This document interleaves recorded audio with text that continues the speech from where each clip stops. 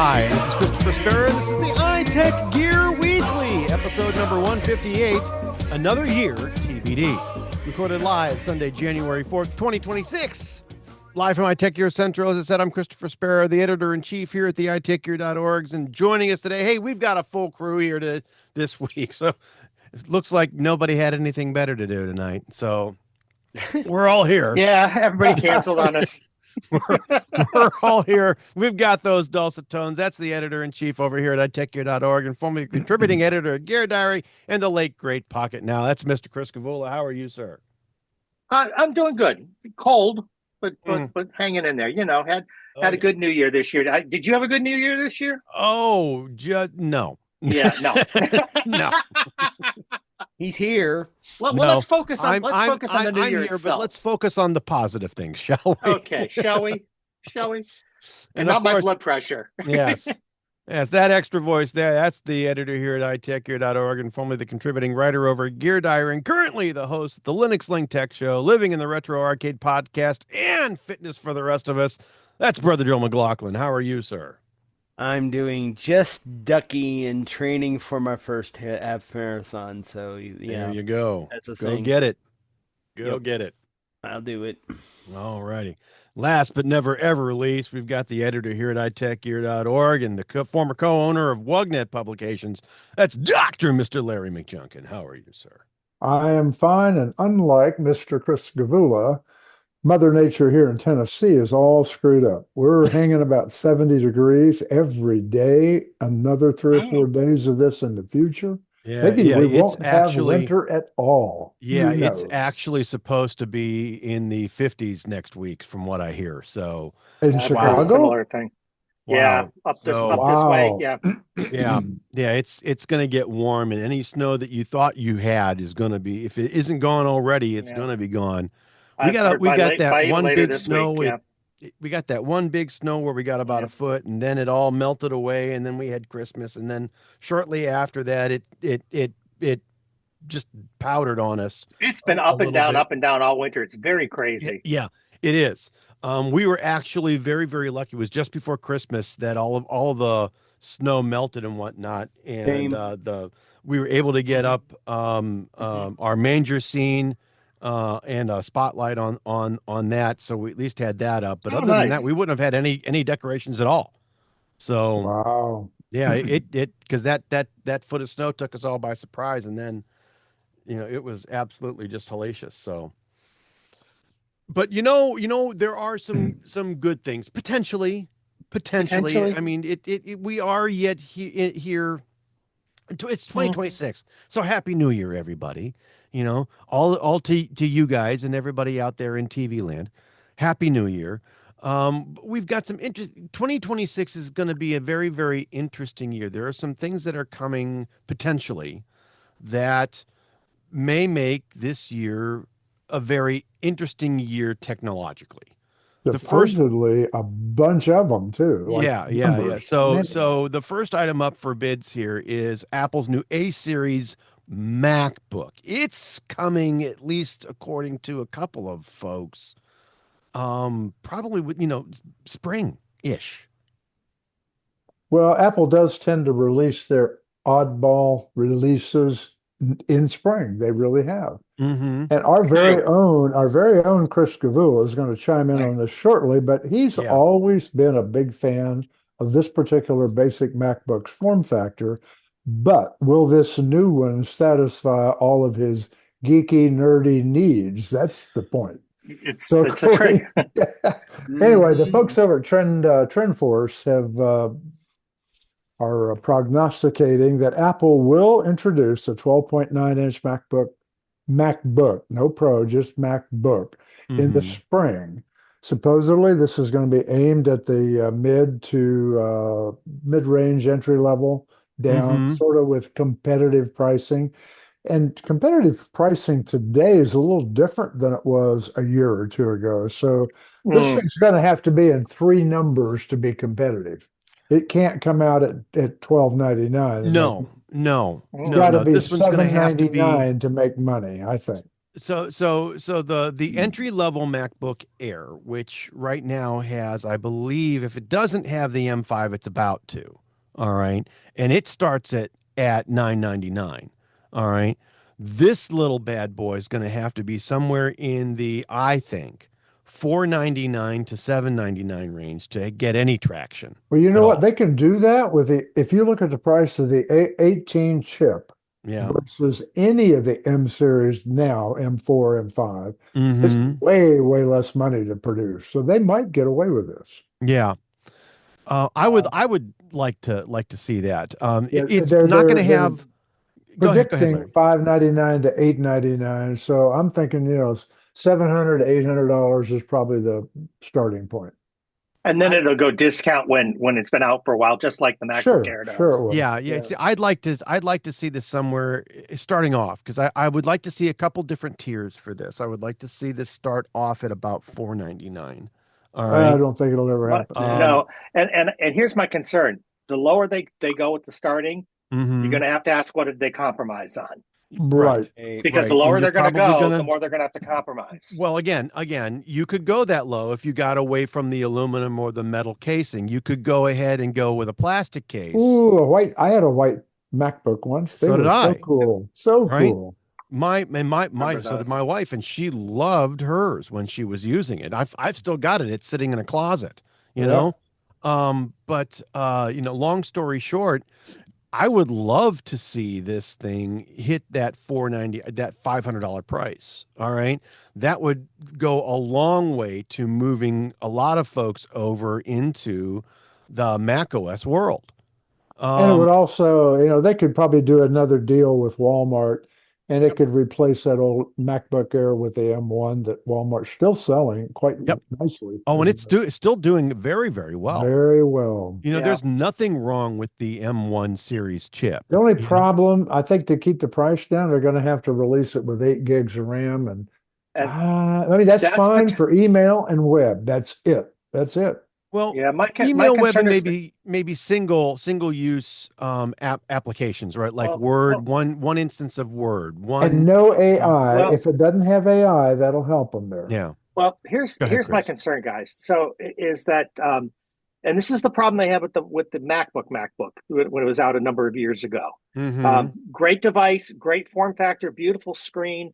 You could argue that the butterfly keys needed to go or not. I didn't have much trouble with them, but I know a lot of people did. But having said that, it was a good package with one exception: that terrible Intel processor that was in it. Yeah. Okay, so my concern is if you strip, but you could get the RAM up on that thing even when that one came out. You could buy it with more RAM. It was interesting. Mhm. And it was a very light, small, nice form factor. It was a great product. Mhm. The problem now is with this one is they're going to use the phone chip to drive it, and I don't think you're going to have too much trouble. But if you run it on a lower processor like the phone chip is, and you cripple it with RAM limitations, Mhm. what happens the first time somebody tries to run Photoshop on it? Because they will, Right. and so you're going to have to start restricting certain apps from running, or their manufacturers will have to say, yeah, you don't have the resources to run on this Mac. Or Right. something like that, and in which case this thing becomes a disappointment again. They've Or- got or- to be very or- careful.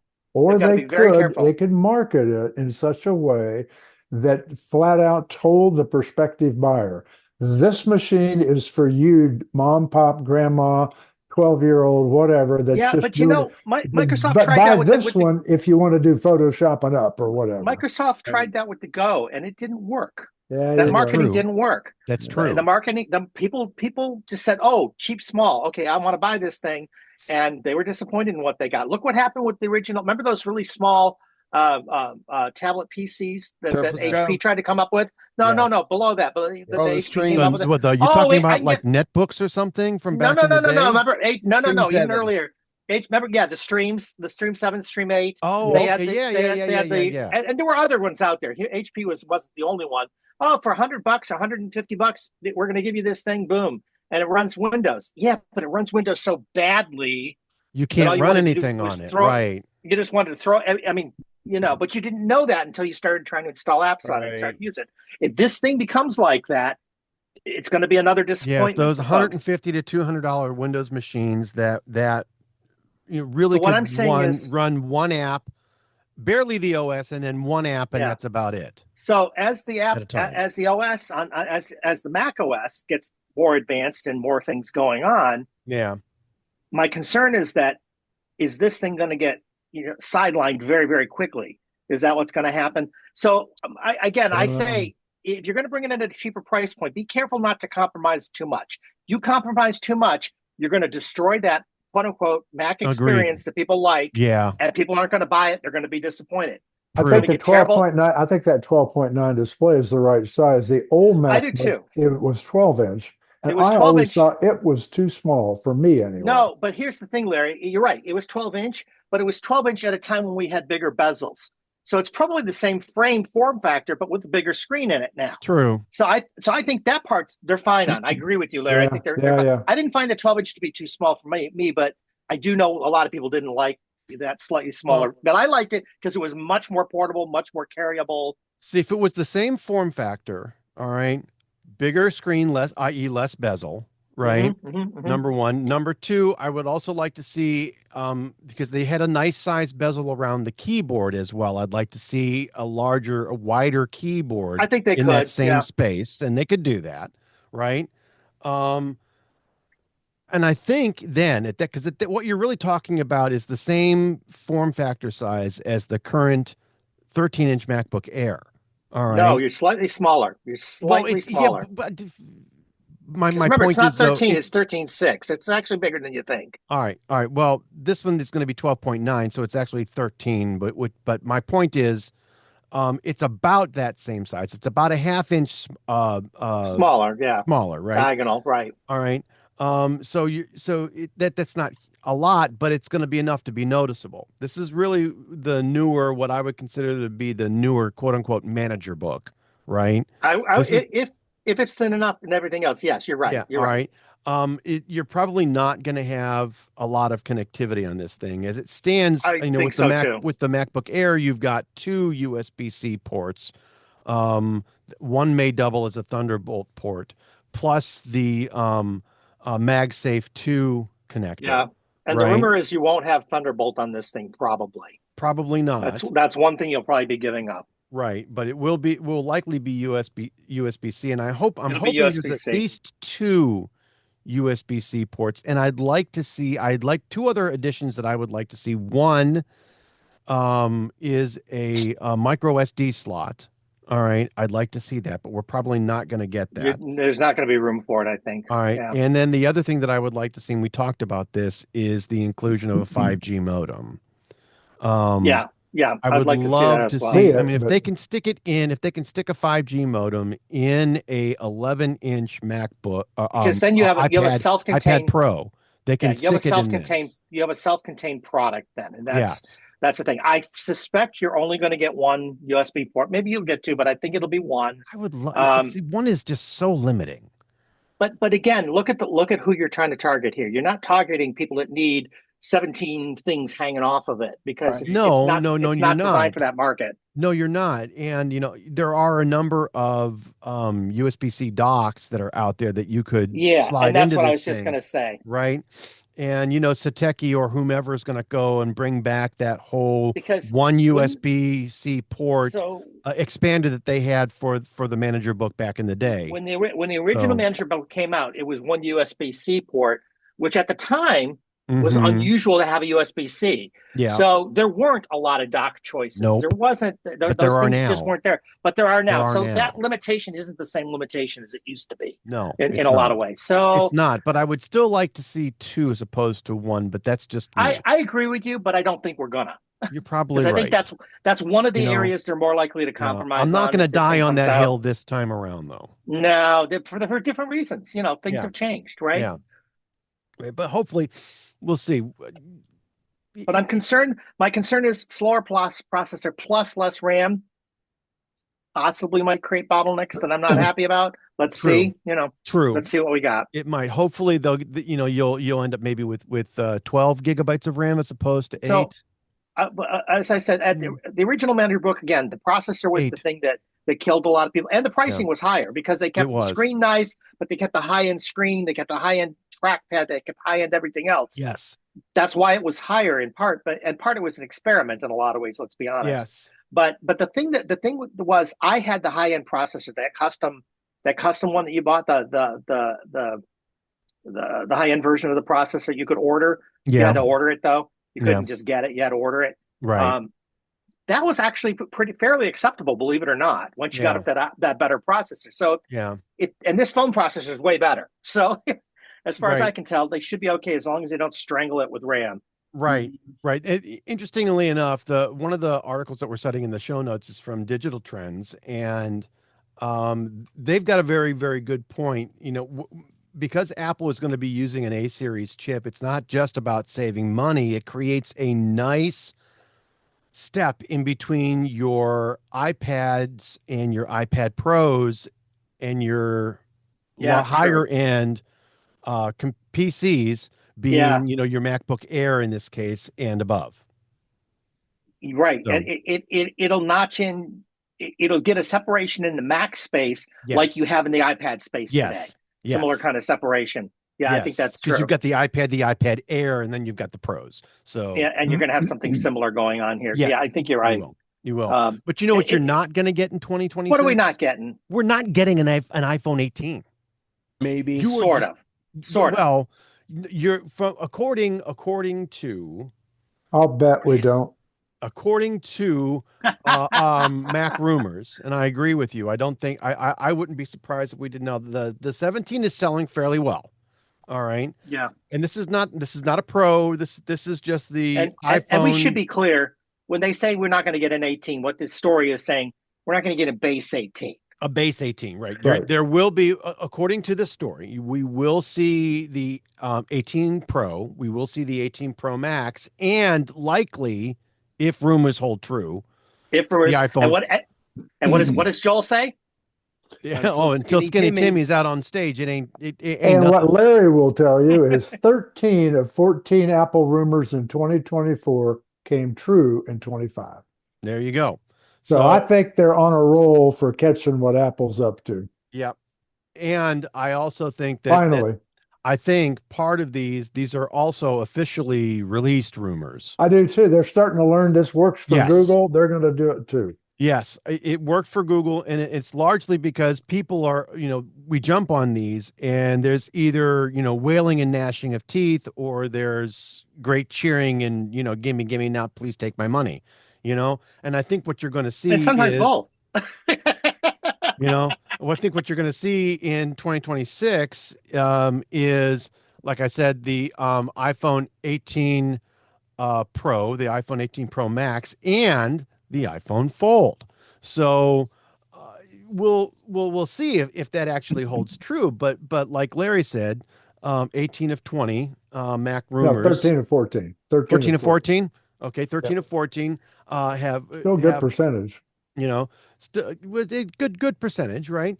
Have been accurate in terms of rumors, and I think you're going to see this. I think you're going to see this happen. I think you're going to see the Fold. There may not be another Fold after this. It's all going to depend on how well it sells and how well it's accepted at the anticipated high price point. But I think you're if they make it as perfect as it's supposed to be, the rest of them will have trouble selling. Right. But according to this rumor, these are the only iPhones that you're going to see in 2026. The rest of the stuff, which would include the iPhone 18 entry level, right? As well as the probably the 17E, if there isn't a 17E already. That's rumored as well. The 17E. This works well for Google and Samsung. The split release always has. Why shouldn't they do it? Right, but you'll see the 17E, you'll see the 18, and then also rumored is the iPhone Air 2, right? Camera array still sort of up in the air, I think, whether you may see with one lens or two, I don't know yet. Yeah, flagships in the fall and the rest of it spring. Yes, but you're only going to see 3 phones this year, all right? And that's the Pro, the Pro Max, and the Fold. So we'll see what we'll see. And honestly, guys, the rumor mill keeps. Even the rumor mill it churns, and it'll say today it says these are the three we're going to see. Tomorrow it'll say, well, the fold will be early 27 instead, or then they'll pull it back. Same thing with the Air too. There will be one, there won't be one. The best reason I've read about that is they don't want to dilute the sales of the big phone Right. with the little ones at the same time. Fair enough.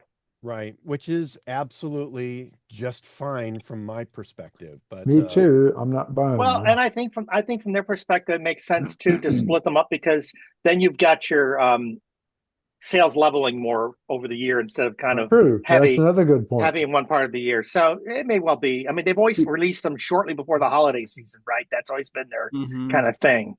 And so if they spread them a little bit, okay, that's fine. Keep shareholders happier all year long. Yeah, keep it more even. It's fine. Well, what else we got? Well, interestingly enough, this has been rumored to be going on for a while. There's been who the heck has this thing? Goldman Sachs has the Apple Card. Yeah, Goldman, and they've been willy whining about this. Willy whining. Yeah, for a while now. They've been doing the Doug and the Wendy for a while on this particular subject, right? They're not happy. Apple forced them to do all these little gizmo deals, and they lost money. Well, Goldman Sachs is not a consumer bank. All right. And the Apple Card is a consumer card. And at one point, back in 2017, 2018, Goldman Sachs started looking at the consumer market and saying, well, this is something we should get into. And so Apple got a hold of this, and they pushed hard to get them to back and to provide the Apple Card. And what really killed Saks and what they do not like and they are not happy with is the 3 to 3.5% processing fees with MasterCard. All right, per transaction, right? And they don't want to have to pay these fees. Their margins are small and slim to begin with, and it eats into their profits. And they've been whining and complaining about that for years. And so, I think back in 23, we heard that American Express was going to take this thing over. And then there was one other Synchrony. Synchrony was talking to them as well. Synchrony was also trying to get into the game. Those two deals have sort of been pushed to the side. And I think the leader at this point is JP Morgan Chase is the one that is the front runner to take this thing and run with it. And the link that we're citing from 9 to 5 Mac is effectively saying that, this deal may, where,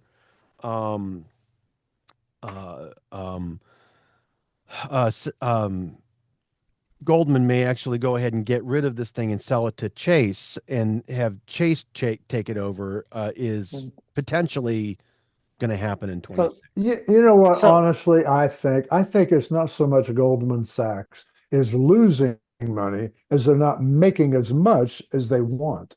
The interesting thing I have to say is, okay, way back in the day when they started this, did they not do any freaking research? Did they not understand how consumer cards work? Because the things you're complaining about are things that all should have come up in their initial I think Apple sold them a bill easy of goods. peasy stuff too. I mean, everybody knew this. But Larry, why would Apple sell them a well, I think Apple courted them and they bought it. Hook, line, but they're in the banking industry. Apple is not. You would think they would know, and you'd think they would do their research. But right? Apple was trying to tell them, look at all these golden customers we have. Yeah, they do. Yeah. They buy our expensive computers. They have money. So here's my question. So, and I understand that some of the numbers aren't what Goldman wants. We know that. We know that's the case. Right. That's why Goldman's trying to get out of it. But here's the, again, other than the research question, my question is, and I don't think we've seen a good answer to this yet. What are they going to do with the savings accounts? Because Goldman doesn't do those really. And JP Morgan Chase, if they go there, they don't do it. So the high interest savings? No, I bank with Chase. So all right, and you've got to have In order to get an interest-bearing checking account, you have to have an account that has over $100,000 in it. Same with BOA. Yeah. All right. So To the get an question is, what are they interest-bearing going to? checking So what are they account going at to do? Chase. That doesn't answer the question, though. The question is, what are they going to do with these accounts? They can't just close them. So what are they going to do with them? They'll lower the interest rate on them, and you have no choice but to accept it. Yeah. But Which then they we already already started doing. It's already been coming down. Right. I Well, mean, so it's but the down, question is, it's down will below they move three to and a Chase? half. Because that's what we're not seeing. We're not seeing if the savings accounts will also move to Chase. We don't know what they're going to do with those yet. No. So No, they are, there's and not that's been that's a very good point. That is still up in the air. I mean, one of the things that really attracted, I have one of those accounts. I do too. And what really attracted too. me to it was the fact that A, it was easy to transfer money in and out of, number one. And number two, they were starting off at 5%. Now, back in the day, and when I say back in the day, I mean like 20 years ago, any and every bank was offering a checking account, an interest-bearing checking account, or even a savings account that went ahead and paid 3 to 5% minimum. And if you had one of those accounts, you had a crappy account. Right. All right. True enough. All right. It really bothers me now that the high interest savings account is at, at least this one is at 3.5 or a percent or lower. What the hell? I mean, you can open a savings account at Chase now, but it is a non-interest bearing account. All right. And it's actually a little harder to get money in and out of. And there are monthly fees if you don't have a minimum balance, blah, blah, blah, yada, yada, yada. It's banking is a pain in the ass. And Apple sold True this whole enough. thing. Apple sold this whole thing as an easy way to A, get credit, B, use it with your iPhone. All right. And then they offered this savings account, thinking that it would attract additional customers and that would help save Goldman and them, footing the bill for all, because people were going to jump on these accounts and they haven't. So I don't know. But the point of the story was they think it might happen this year. Yeah. But it's been going on several years now, so I don't know. Yeah. I don't know. It's been going on for several years. They have managed to make this work with all the major retailers now, with the exception of Walmart. Last holdout. Well, and it's only because Walmart absolutely positively refuses. They have no tap to pay except if you link a card in their specific app where they where they eat the fee. Right. All right. Otherwise, they don't want. Nope. They don't want to do tap, and they refuse to do tap to pay. You can't. People are going to shop at Walmart whether they have an Apple Card or not. So yeah, it's interesting because Kroger held out for a very long time. They did, and now they have. And now they have Home Depot same way. Lowe's the same way. Yep, and it's all based on those 3 to 3.5% transaction fees. They don't want to pay them. Nope, they don't. But with the shakeup that's now happening with in the space with Visa in general and MasterCard in general, we may see all that change very soon anyway. So hard to say where that's going to land. All I've got to say is this: they're making enough damn money. All right, you think so? I mean, truly, in my opinion, and look, and I am pro-capitalism. Trust me, I am pro-capitalism. Make your buck.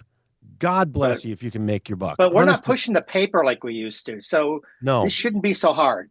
No, it really, really, really shouldn't. And to be honest, I mean, I don't see anybody, quote unquote, giving up their fee. But at the same point, I really would like to see somebody step in and say, you know what? Nah. Either we're going to force you to lower the fee, or hey, we're going to eat the fee.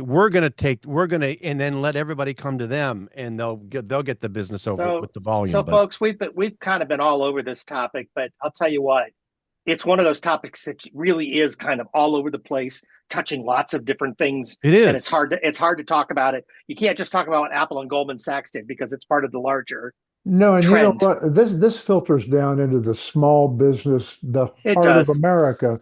I actually followed this through. I have a local business. I won't name the name, but it's a big name franchise. My Apple Card with Apple Pay tap will not work, but if I switch it over an Apple Wallet to the Visa card, it works. I've got the And same thing. I made them give me the franchisee's owner of the phone number, and I called and checked. He said, "You're absolutely right. You're absolutely right. I refuse to do business with them because I get Apple at 3.5% or whatever, and you know the rest of them are a lot lower. So So yeah, you no, can't Yeah, blame them, I guess. no. Well, I yes get and it. no. Yes and no. It depends I on who you mean, bank with and what cards if you're you were carrying. one of But them, you you know, know, but long story short, there's enough money to be made here, kids. Honest to goodness, because at the end of the day, what are you going to do with it? I mean, come on. Well, but What are it's you going to going to get do more and with more it? comp. I think what we're seeing though is again, there's more shakeups within Visa and within Mastercard itself. You're Yeah. going to see more craziness happening in the next years or two. This Goldman Sachs story and Apple story is going to become a footnote. The rest of Yeah. this is going to get so crazy over the next couple I years. think you're probably right. I really do. Yeah. So here we go. So Hold on for the ride, kids. let the roller coaster. Yeah, buckle up, Yeah. Buttercup, because it gets bumpy Buckle from up, here. Buttercup. Yeah, It definitely is. it's gonna get bumpy from here. So, you know what isn't supposed to be bumpy though? All right, is Yeah. Apple's long game as far as AI is concerned. Their long game is safe, secure, and ethical AI, Is that a At story least or that's the what? story we're sharing. and You they're know, sticking to it. Yeah. Mm. and they're sticking to it. So I think they got. So the idea is that Apple really hasn't made a mistake here. Nothing. Not. Let me rephrase that. Nothing big in terms of what this author is in this article that we've linked to is Agreed. saying. Agreed. And I would agree. I think that the quote unquote mistake has been overblown. That's my opinion, but not to the degree this guy thinks. Not Mm. to this degree, because this guy thinks that that they're doing everything exactly right, and that we're not going to have a Gemini. We're not going to have a direct Gemini-based model, which is what we've all been led to believe lately that would happen with the next Siri implementation. He believes that it'll actually be a Gemini model, but within Apple's space, so it'll be kind of separate, so they won't be getting all your data and that kind of nonsense. There's got to be some way Okay. because Then it won't be as good. I mean, Well, so probably here's probably the right. thinking model. Hang on. So here's what this guy said in this article. This is what he thinks he's getting. So when you ask the device to do something Yeah. today, Siri uses basically a decision tree. Mhm. It's machine learning. It's not AI per se. It's machine. Well, unless you use AI as the overall umbrella, but basically it's machine learning, and Right. that's what it is. It's a decision tree. You hit the endpoint of the decision tree. You do whatever it's supposed to do. Right. All this is going to do for that particular type of transaction is make it understand the variations in language a little better. Mm-hmm. So you don't have to be as exact and as precise with the language. That's Which the I think first is thing going it's to going be to a do. huge, huge. I think I do thing. too. But for that, you don't need to go outside of Apple's cloud space or outside. You don't need to hand that off to Gemini per se, the external Gemini, the Google's Gemini cloud. You don't have to hand Right. it out there to get that done. They're going to keep it in there unless they can't answer it within that window, and then they're going to hand it out. And then with some anonymized data or however they're going to handle that. Mhm. So theoretically, the argument that this article is making is that we're really not giving up anything, and no, Apple hasn't really made a mistake, and they're doing the right thing. They're taking the slow path. And the one thing I will say that I agree with, he mentions it as sort of a side comment, but I really do think in the next year or so, AI is the bubble's going to pop, kids, and it's going to take a lot of things down with it when it does. Mm-hmm. And because I think it's been funded and it's not returning its investments yet. If you look at a lot of corporations that have invested in AI, It's been overfunded. well, but not just that, not just these little AI companies, but people that have invested in it in their own companies and said we're going to use AI now and let go of people or whatever we're going to do. Yes. They're not having the success rate or the financial returns that they thought they would have. It's No. not happening. So the point is, if the whole market goes boom, that's going to change the whole playing field anyway. absolutely. See, and between me, you, and the wall, I'm looking forward to that happening. Why am I looking forward to that happening? Because I am sick and tired of of the middle-aged to older, but not retirable Well, American there's another. worker getting So there's shoved a. aside in favor of Well, a I'm going to say yes and no to that because computerized decision-making system because that there's a needs curation. yeah, but there's a counter. There's actually a counterbalancing force that's in place that we haven't talked about. That particular age group, Uh-huh. it is actually starting to age out. And a lot of them are retiring, and it's causing a brain drain in companies. So it's kind of screwing with this whole. You can't just replace We it with go through AI. this every 10 or 15 years. We really do. do. And No, we're in it again. which is true. Which is true. It happens every 10 to 15 years, right? You go into this cycle. Well, we're coming into Companies wake up and they realize they have no one leading the company. we're at that age right now where we're getting to the end of the baby boomers and the beginning of Gen X, and that was the largest pool of staffing, and they're going away. The baby next Actually, one's- actually and the Gen next one- Alpha's and- getting in there. But they're not coming. But they're not coming up in numbers the way the numbers are leaving is what the Right. problem is. And so you're going to lose. So AI can't replace all that. No, it can't. There's a brain drain that's going bye-bye. I was talking with my brother who works for General Motors, and they are going through a cycle right now because of the whole electric gas thing. Mhm. All the gas people kind of said, well, okay, electric's coming, bye-bye, we're going to retire. Mhm. Now what do you do? Mm-hmm. You've decided to backtrack on all that. Where's your brain drain's gone? What are you going to do? You're drained. And so, but there's a lot of companies facing those kinds of problems right now. And so what do you do? And I think that's what we're going to see here. A lot of them are forcing themselves into this AI-based model, and they're finding out, interestingly enough, so that it's not the savior that they thought and hoped it was going to be.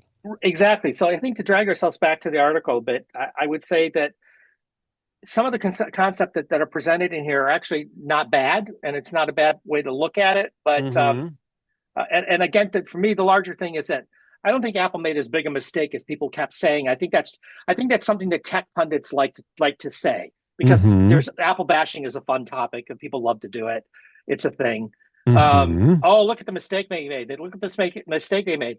And gee, they just sold a record number of iPhones. I don't think they made that big a mistake. It's kind of where I'm going, with it. I think people are overstating the impact of those decisions. And I would rather, and I said this before, and I'll say it again, I'm glad they pulled back before they put out something completely horrific, even worse than what's already there. And get it right, kids. We've said it on this show over and over. Just get it right. When you get it out, get it right. And I don't think it has to be a ChatGPT or a Gemini the way we look at those products. That isn't what they need to do. And honestly, I would prefer that it not be. All right. I kind of would too. I would like to see Apple do something else other than just use Siri as a wrapper or a front end for something Gemini else or ChatGPT. And this guy basically doesn't think that's what they're going to be doing. They're going to use their own model, against Gemini stuff when they can't do, their own model. That's what he thinks they're going to do, and that's fine. Well, that's what they said they were going to do too. So, and that's what they said they were going to do. So here we are, back what they said they were going to do in the first place, basically. Yeah. So I don't know.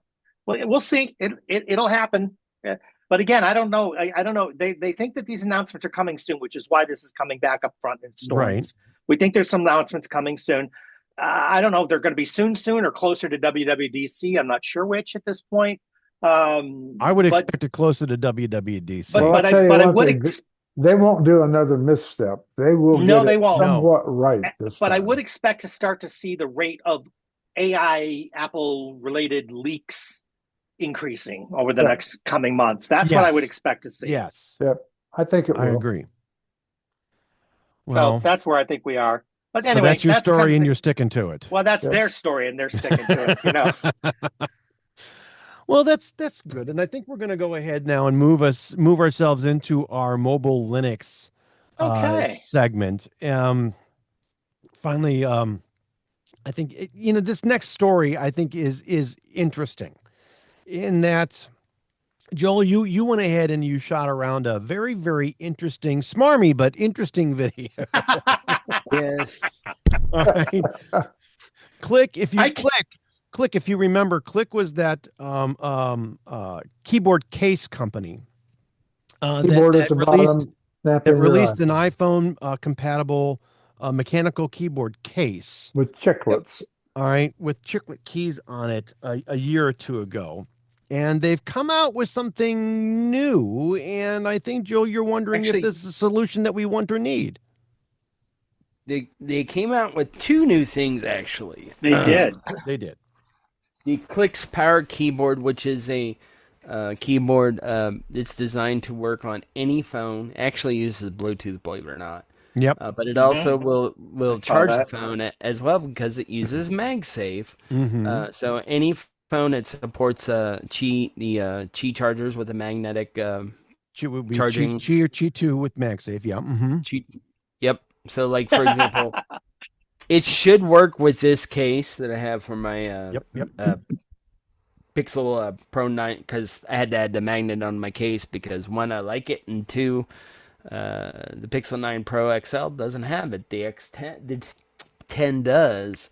But the nice thing with this is it's a slide out. So basically, you put it on when you're not using it. It just acts like a MagSafe charger. Then you want to slide it out and use it. You just slide it out just like you used to be able to, like with the G1 and prior phones that had that kind of Bulky style but keyboard. functional. Yeah. Yeah, And I'm not sure, but we'll see. you can also use it in landscape mode as well, and Yep. and you can also use it since it's Bluetooth. You can use it with like your iPad. So True, you Mhm. can. And it Yes. doesn't have to be physically attached to work. Correct. Because like it says, like you said, it connects to the device and will actually allow you to pair more than one device at the same time. I don't know about you All right. guys. Have Via you Bluetooth. ever held in your hands their first keyboard case for the No. A iPhone? case? Yes. No, To I have me- not. To me, it was chintzy. It never I felt thought so too. pro. Yeah. It just felt cheap. If they don't fix that, they're not going to sell this one either. So right Well- now it's only available in black. So Yeah. you can have any color you want as As long as it's black. long It's as black. it's black. And I Yeah. added a link. It's actually up for pre-order, but I added a link to the page clicks.tech. But the other thing they are offering is the Clicks Communicator, which is basically a companion device. A phone for your phone. Yeah, so it's very much in the style of the Palm phone that's out. I believe it's actually still out on Verizon. It's a little tiny Yeah. Android-based device. Yeah, but That has this is an unfortunate name of Palm Android-based phone. right, but this is an Android-based device that effectively is for text-based communication. It handles your notifications. Slack, It'll capture Telegram. all of your notifications Yep. and allow you to respond back via text to these things these notifications that you Yeah. all right. Yeah. The So- keyboard I see more useful than this because I don't think the Palm phone companion phone really worked all that well. We're- Yeah, yeah. I- We'll see. We'll see. You know, I think that I've got a device though that does that already. It's my watch, right? It's your smartwatch. All right. I can respond back to text. I can type out a message on the watch screen if I need to, or respond back with some kind of an emoji or just some canned response. or even speech to text. If you Or need to do it that way. use speech to text and it'll do the same thing. But I don't need another keyboard based device or something like that. And I honestly, between me, you, and the wall, I really wish that they would. We don't need. I don't see that device going anywhere. All right. Interestingly enough, the power keyboard is actually right now at a sale price or a pre-order price of $79 or $79.99, so $80, right? the MSRP on the MagSafe charger / slide out keyboard is 109. Mm-hmm. All right. Joel, what's the price on the Clicks phone communicator? Do you remember off the top of your head?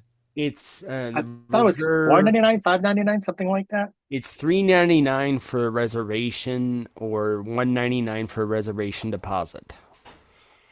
But when you actually buy it. If you're not the pre-order, what's your pricing? $4.99. So yeah, you can get it for $3.99. The MSRP on this is $500. All right. Yeah. You can get it if you pay it in full. You can Right get it for now. $3.99 now. All right. Or you can go ahead and put a $200 deposit down on this thing and then pay $100 or $200 when the thing comes in, right, and starts to ship. But the problem that I have with this is that I don't need a phone for my phone. All right. Yep. I don't need a And they are device mentioning for my this phone. as a secondary device, by the way. Yes. Yeah. And they're marketing this as a secondary device. Yeah. So I don't need to pay. So It's basically a pocket watch that Yes. that is Sort really of, what yeah. it is with a physical well, yes and keyboard. no.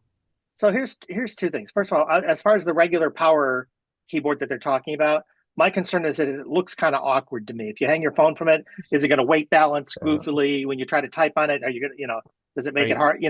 I don't know how that's going to come out till we actually see those. I'm a little concerned that that's not good. As far as this other device is concerned, look at what it's being driven by. It's being driven by a MediaTek processor, which means it ain't at the high end, folks. No. So and it looks like, to me, it's an Android 16 device that basically has a shell on it, and the shell is your text stuff. That's really all it's done. Yep. To me, this is a last-ditch effort by a company that failed at their first venture. They're trying with leftover cheap parts to make something else, and it ain't going to work.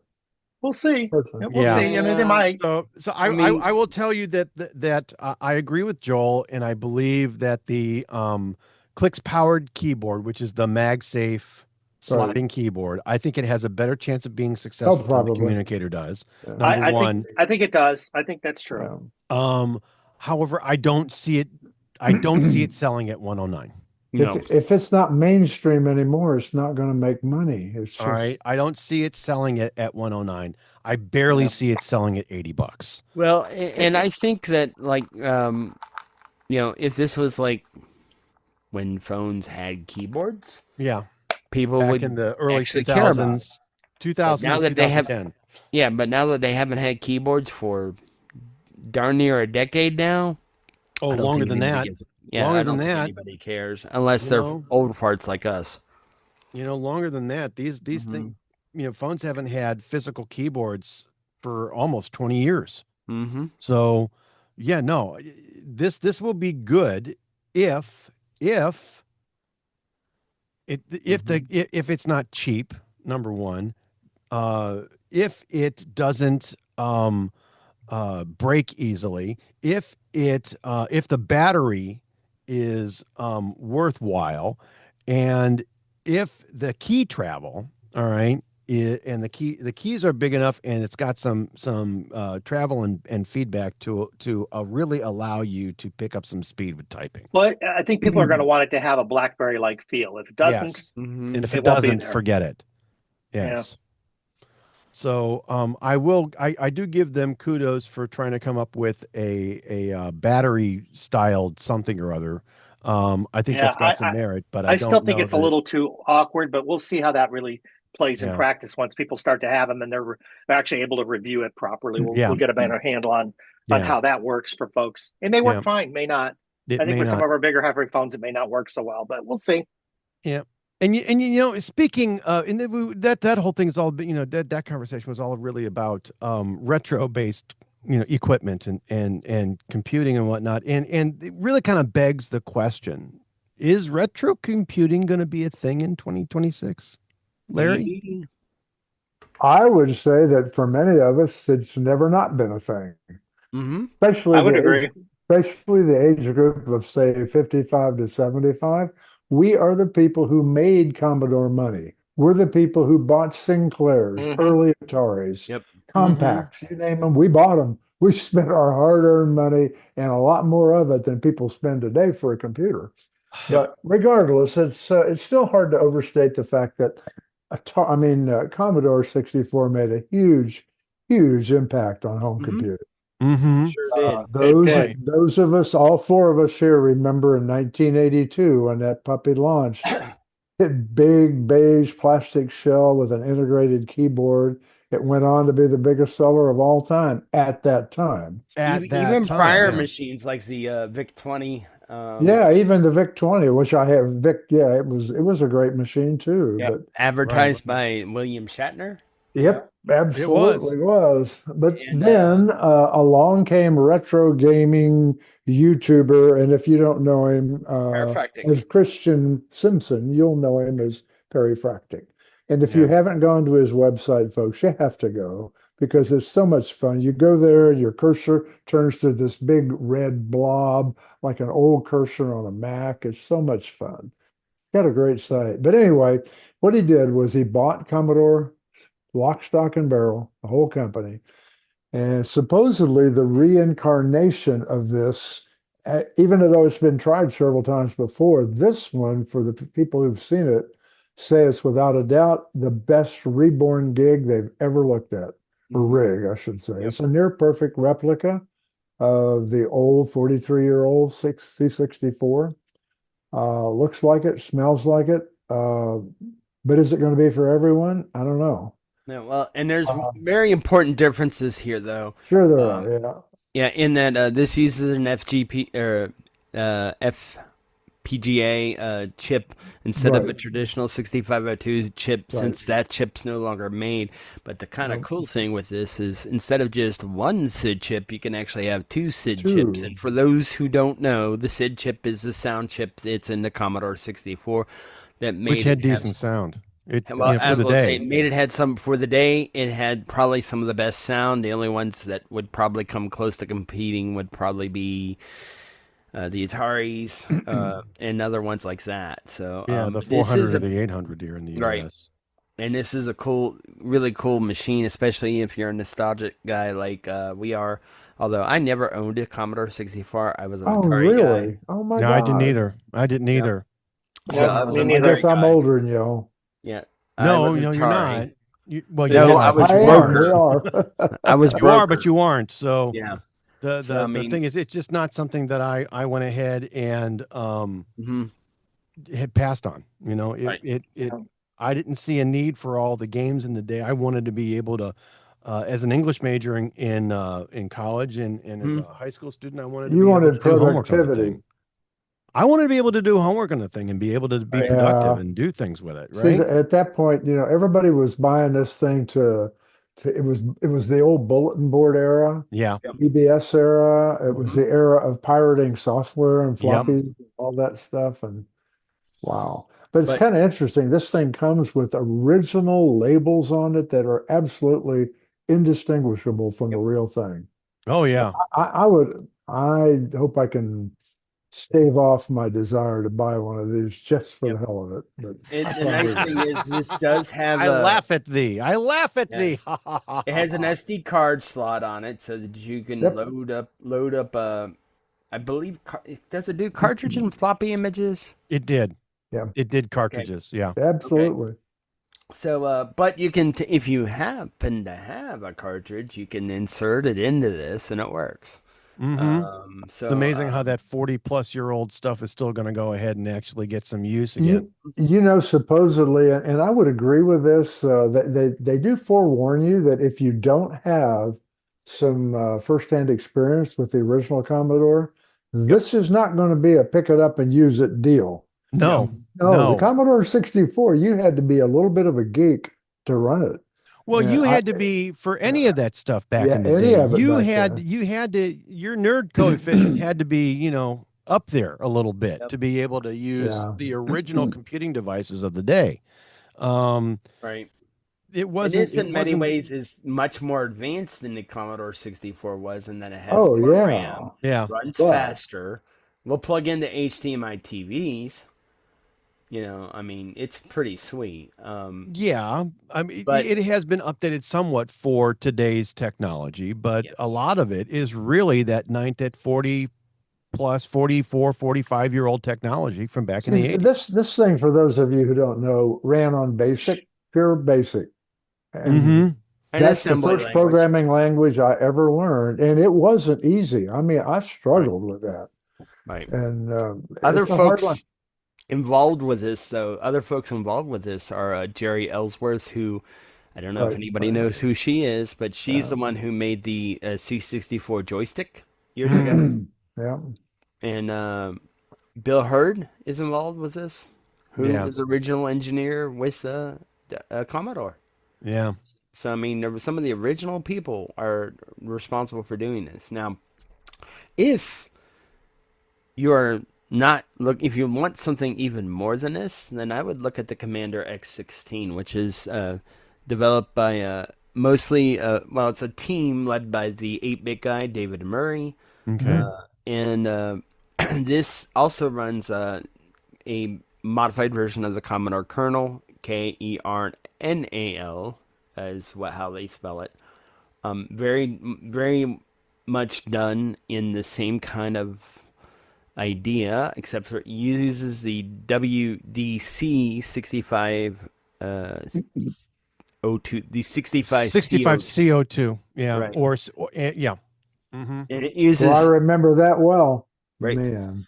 and it uses as much of a much real hardware that you can get today. So it's actually based on more real hardware than these Commodore 64 Ultimate is. You know, Mm-hmm. I still would say, there's no doubt nostalgia is mandatory when you get Any older. of these, But how right? long will it last? I mean, if I played with Yep. this thing for an hour, I would go, yeah, that's cool. I remember this, and I'd put Mhm. it away.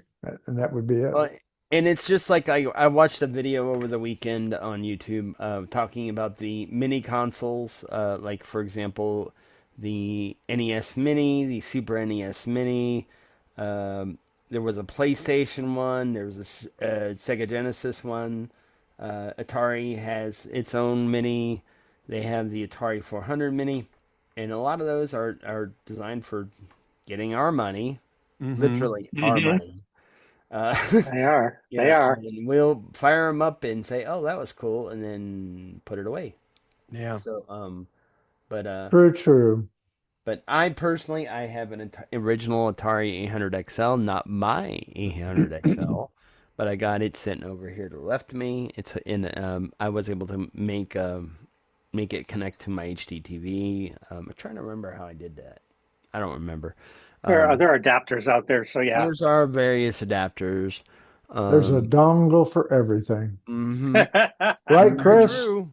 Right, Yep. Chris There is a S? And there's even Oh what yeah. Unfortunately, yes. and on the original hardware, there are devices like Lothar. There's a guy by the name of Lotharek in Poland who made a floppy emulator for the Ataris, so I can boot it just right off the SIO port, just like if it was a floppy, but it's booting off the SD card. Um, in fact, I've got a brand new game on it. Well, kind of a brand new game.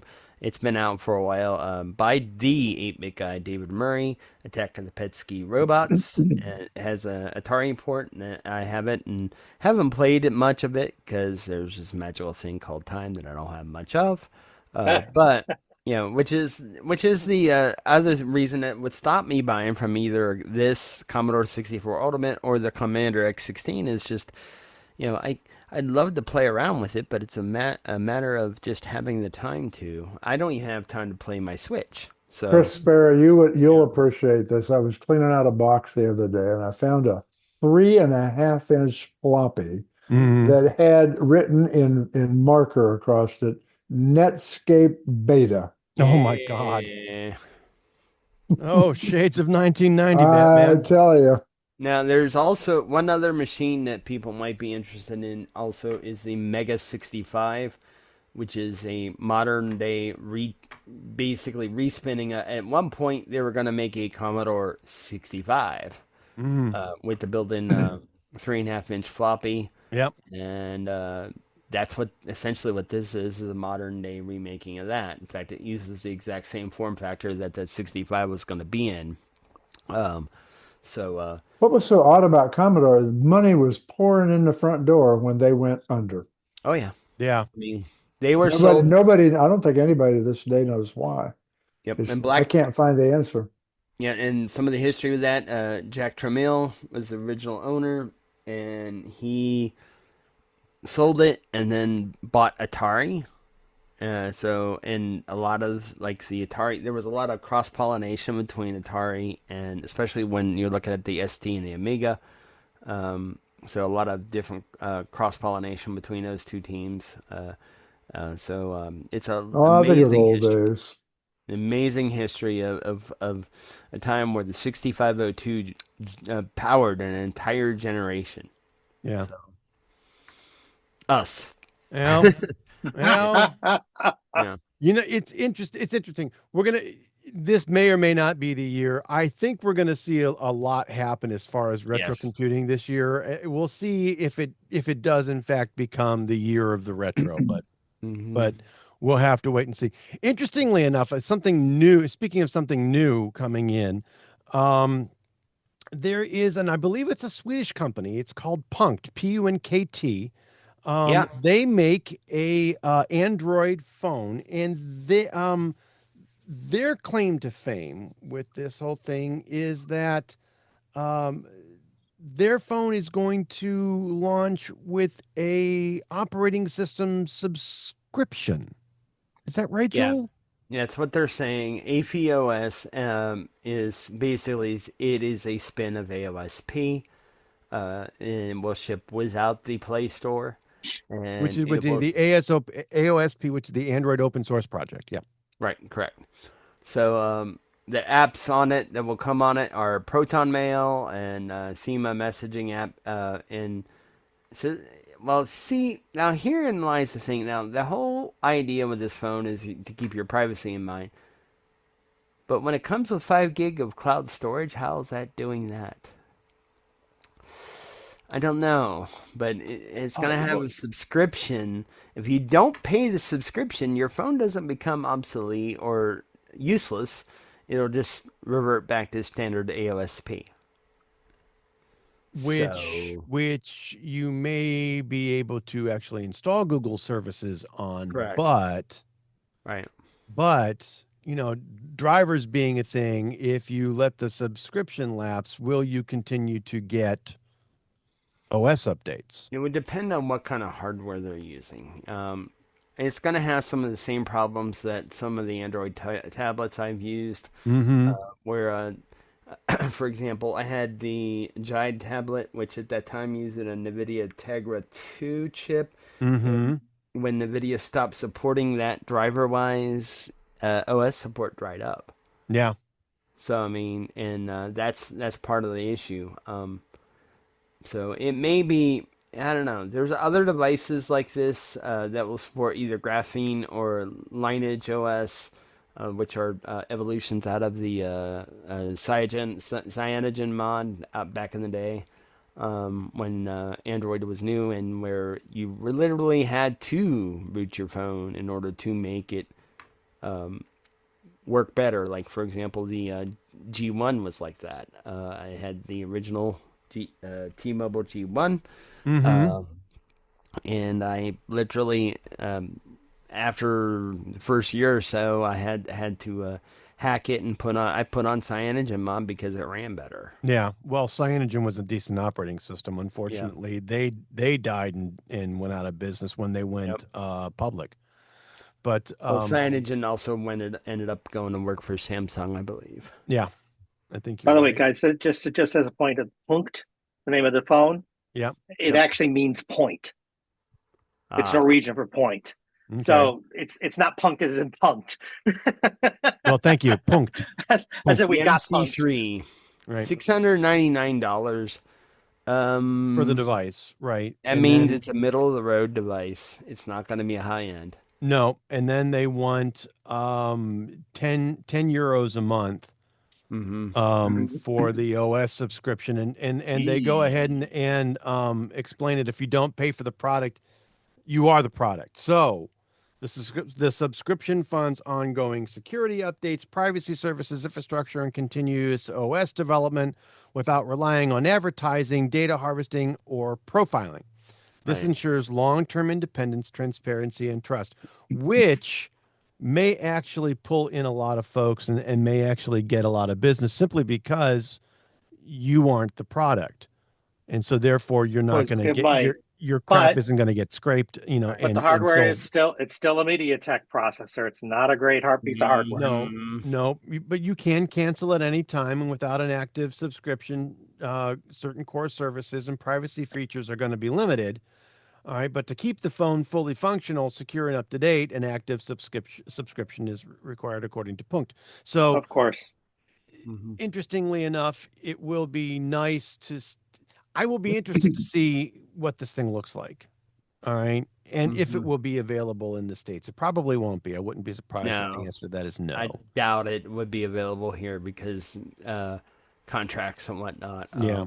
In a way, carriers here cell phones versus how they do it in Europe. Yeah, I agree. So But we'll see. just the same reason why the Samsung Trifold isn't available here just yet. Yeah. Yep. But we will wait and see. It's an interesting concept. I wonder if anybody else is going to jump on this bandwagon. So We'll see. I'm sure that there are other phones that are in the same kind of mentality, namely the Pine phone. That's another one that's out there. And if it's actually still being made, the last time I checked, I think they were in a hiatus, if I remember right. But it's also running an ARM Cortex A53 chip. It's not a screamer. I mean, it's using 2 or 3 generation old hardware at this point. Yeah. So, well, we'll have to wait and see how things go. But yeah, no, it's an interesting concept. We have to wait and see how it goes. But speaking of an interesting concept, you guys know that Disney bought Hulu a little while ago, right? And apparently, they have let folks know that you need to start thinking about getting off of the Hulu app and getting into the Disney Plus app if you want to keep your Hulu programming, because apparently, I mean, there are millions of people on Hulu, and from what I understand, it's fixing, at least it's anticipated that it's going to go dark later this year. So Disney's wanting to integrate everybody and get everybody over into Disney Plus, and it's going to be interesting to see what happens. Hulu isn't disappearing, it's being merged into Disney Plus. And according to Disney, we're building on Disney's value proposition in streaming by combining Hulu into Disney Plus to create a unified app experience featuring branded and general entertainment, news, and sports, resulting in a one-of-a-kind entertainment destination for subscribers, at least according to Bob Iger, the CEO. Which translates into give us more of your money. More or less. If you want to keep what you got, you're going to have to pay us for the privilege, and we're probably going to lock you out of your Hulu app at some point. So my understanding is there's 2 things that happen. First of all, the Hulu app, like you said, will shut down. You'll have to get your Hulu data through Disney. Yep. But the other thing is there used to be 2 different kind of bundles. You could be on Disney and get a Hulu bundle and get Hulu added to your Disney Plus account. Right. Or you could be on Hulu and add Disney to your Hulu account. That is going away. You won't be able to add Disney to Hulu anymore. You won't be able to add Disney to Hulu, and Hulu's going away. Yeah, that's exactly it.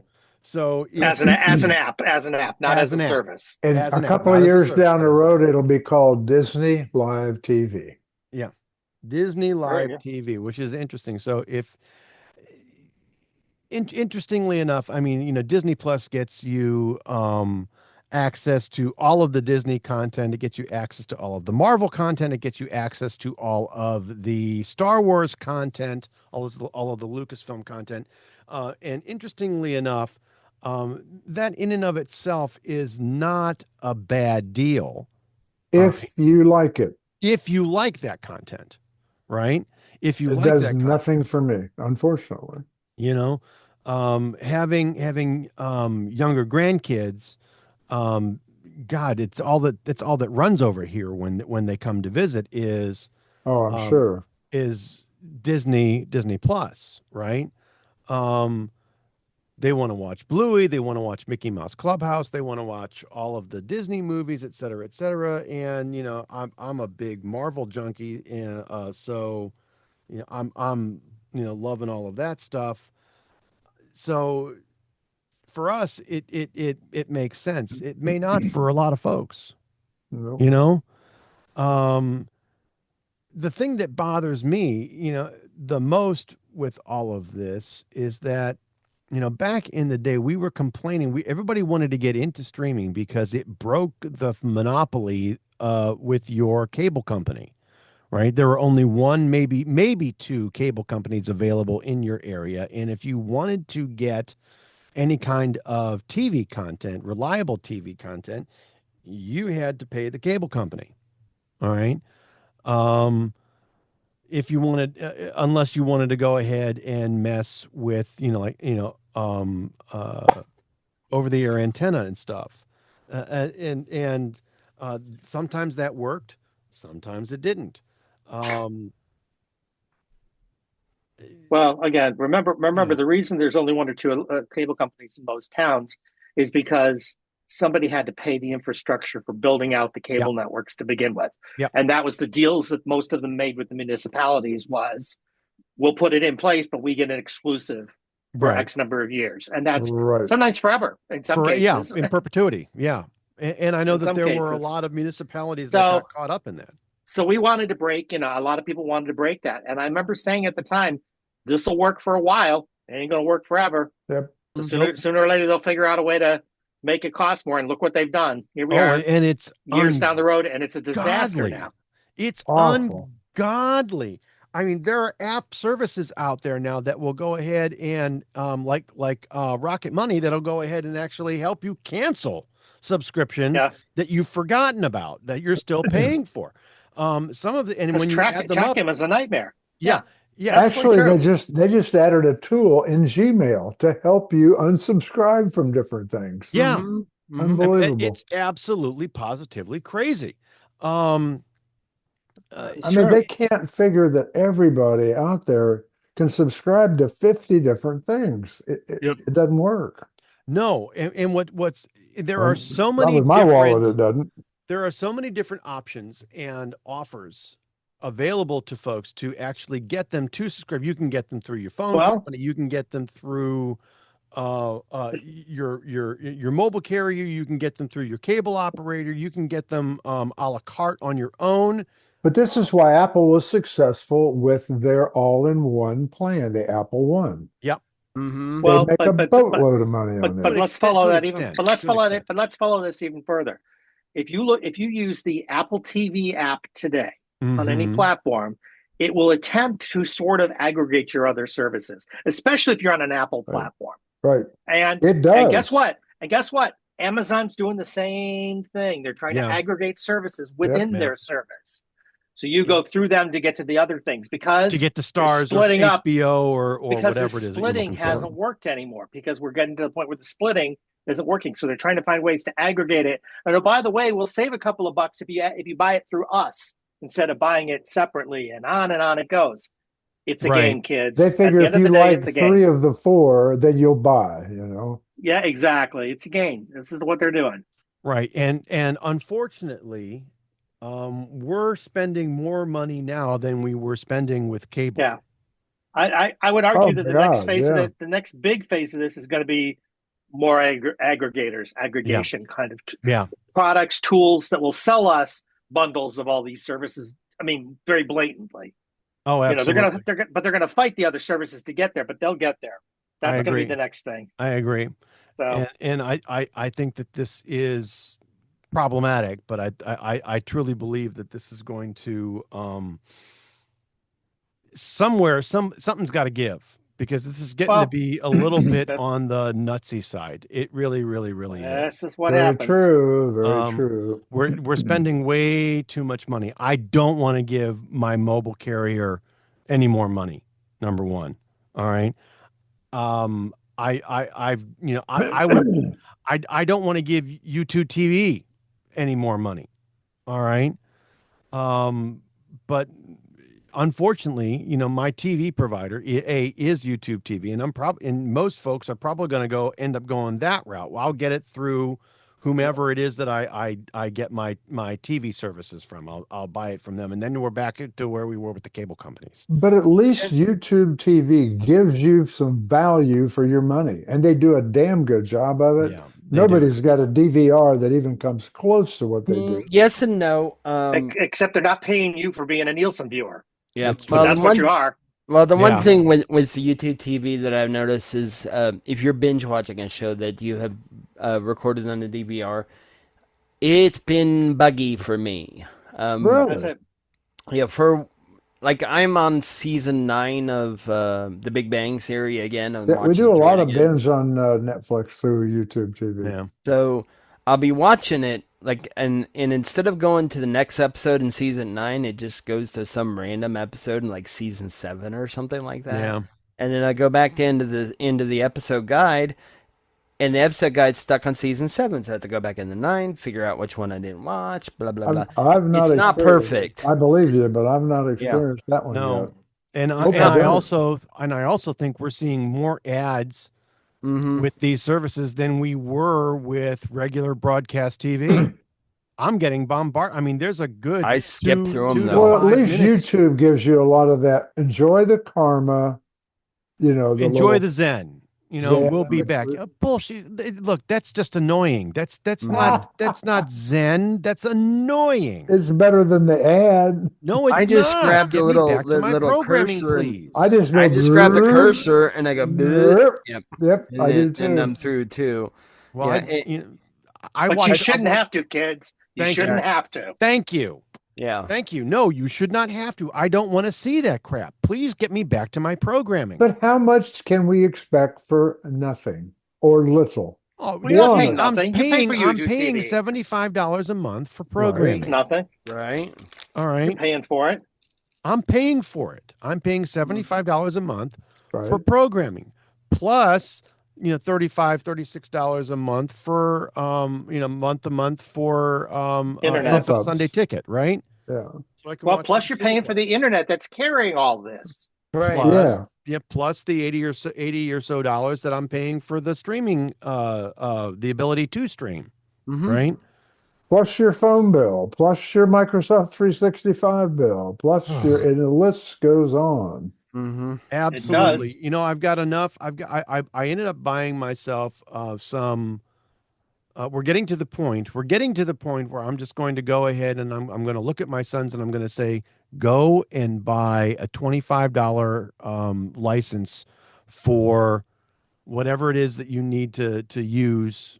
All right, for Office, and stick it on and here you go, because I'm getting rid of the 365. Get a perpetual license and get Yeah. rid I'm of actually it. getting to that point myself. Because For my it's personal. I just dropped them. I give up. it's getting to the point where it's just way too much. Well, see, I pay for YouTube TV. I pay for YouTube Premium, Mm-hmm. which that I don't mind paying because that's Well, like that's $10. entertainment. If you like that, we should do that. I mean, I get that. And I'll I pay give you that, but- for Paramount Plus ad version, so that's like $7. Hulu ad version, which is also like See, $7. this is the thing that Yeah. I mean, broadcast TV was free because the commercials were there, and that's what Right. paid for the seat. I What I'm shouldn't more have to pay. concerned I with, shouldn't have though- to pay for an entry fee, Right. and then. But yeah. So What I'm But more again, concerned what, with is that's like what cable promised us, and then Yeah. cable lied about it and and started putting sports. advertising in. Well, Yeah. what I'm more concerned with things are like I used to watch NASCAR. I don't Mhm. watch it near as much anymore as I used to. But what I ended up doing here, what Dave ended up doing is some of the races are on Prime, not on a cable TV network anymore. Right. Yep. And a lot of times with football, especially the college, I'll have to I dropped my subscription to Peacock, and then I discovered, oh, wait a minute, there's 3 games that are on Peacock, so I got to subscribe to it again. It's like, it needs.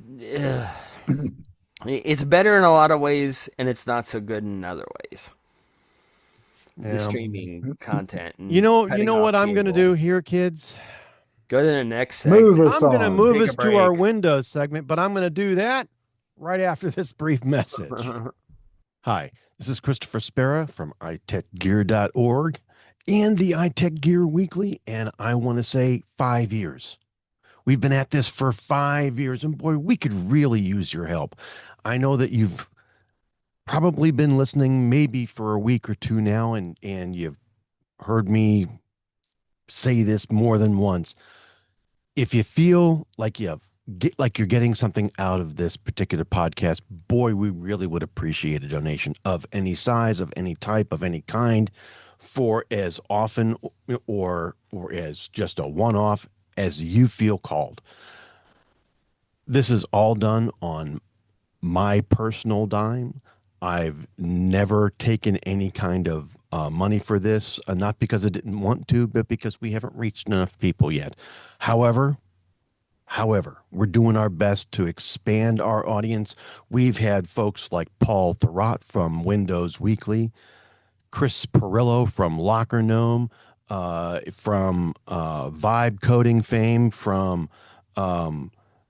his personal Twitch channel. If you're familiar with Chris, then you know he's a nut and is a great guy to have on the show. We've had Todd Ogasawara from the Mobile Views podcast, and a few other folks that I've got lined up just waiting to get on the show. We are doing our best to make this show one of the absolute best that you can find on the internet. And $1, $2, anything that you can spare, for as long as you can spare it, would be wonderful as far as we're concerned. I'm not going to belabor this, but hey, we would really appreciate your support.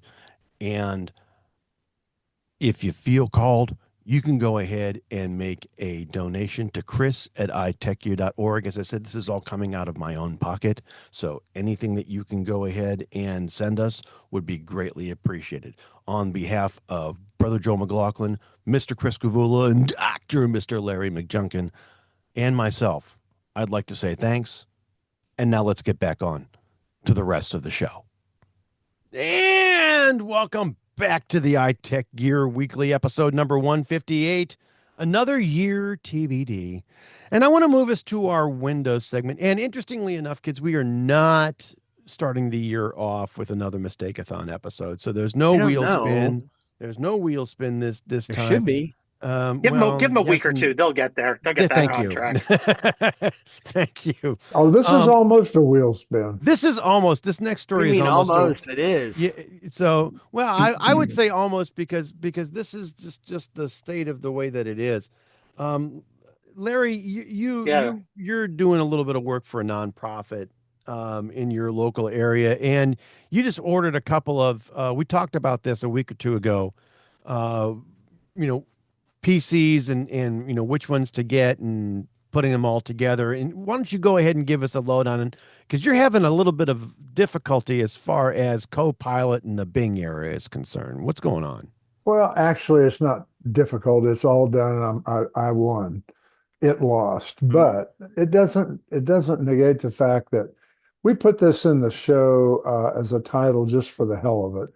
But in all honesty, it's a real problem. Administering PCs today is way more difficult in this CoPilot and Bing era than it ever was before. I mean, I used to be able to configure and deploy a PC. Now I know they do it automatically, but in the old day we didn't. I could do that in my sleep. Now I need a full night's sleep before I start because it's so hard. I mean, seriously and quietly, Microsoft has made the job of locking down business and enterprise PCs very difficult. And their reason for this, or more likely their stubbornness, is their continued efforts to force the use of CoPilot, Bing, and Edge, especially the latter two, onto the user.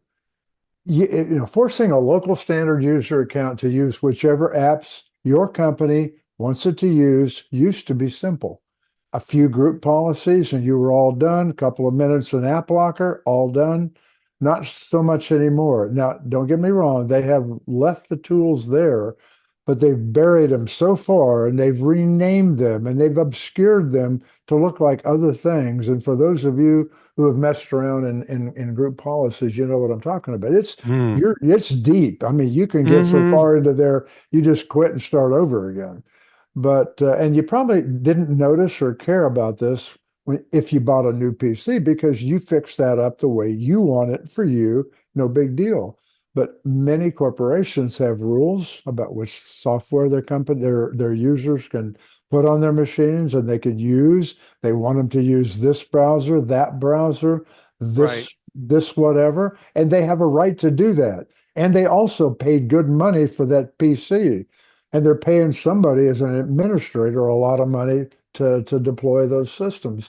And to have Microsoft make this job so hard, I literally spent 2 full days doing this to 2 PCs. And they were Microsoft Surface laptops, full blown, great machine. Those newer Surface laptops are awesome. They really are. That those is the PCs. closest thing to a MacBook that Windows will ever see. Period. Agreed. You cannot build that machine at HP or Lenovo or any other even good company. It ain't going to happen. And again, I would agree. I would argue, and like I said, it's not that you can't get there, but you shouldn't have to go through those hoops to get it done. You should. That's right. Thank you. It's not that you can't.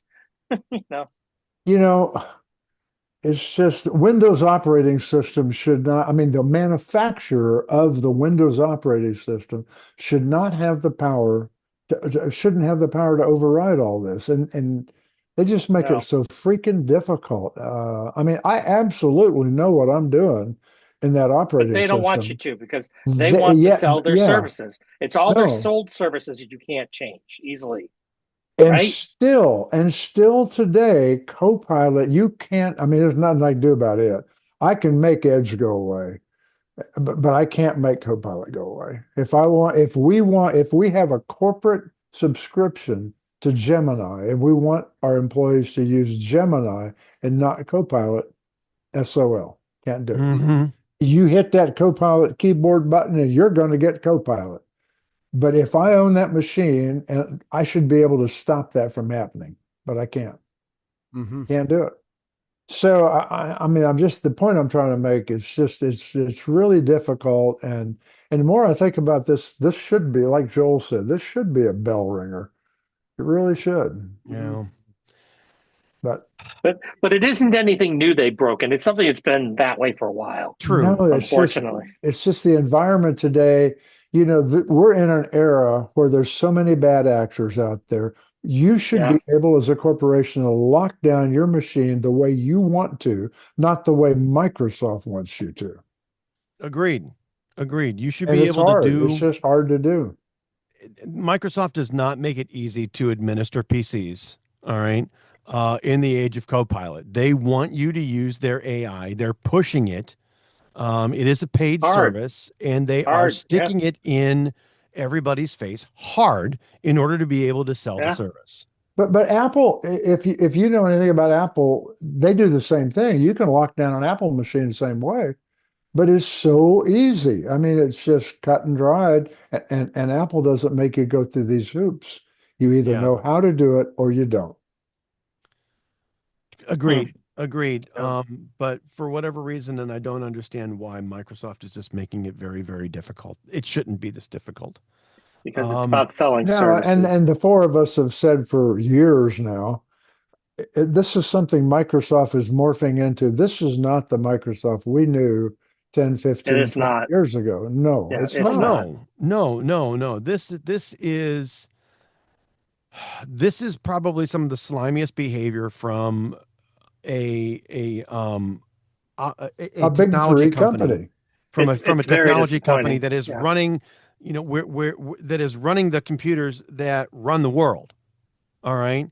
This is, and if there is something, I actually think this is a bigger offense than the Internet Explorer 11 antitrust case back from Right. the 90s. I think this is much worse, because they are forcing you. They're going out of their way to force you into using these services, and are not giving you the ability or the option to turn shit off.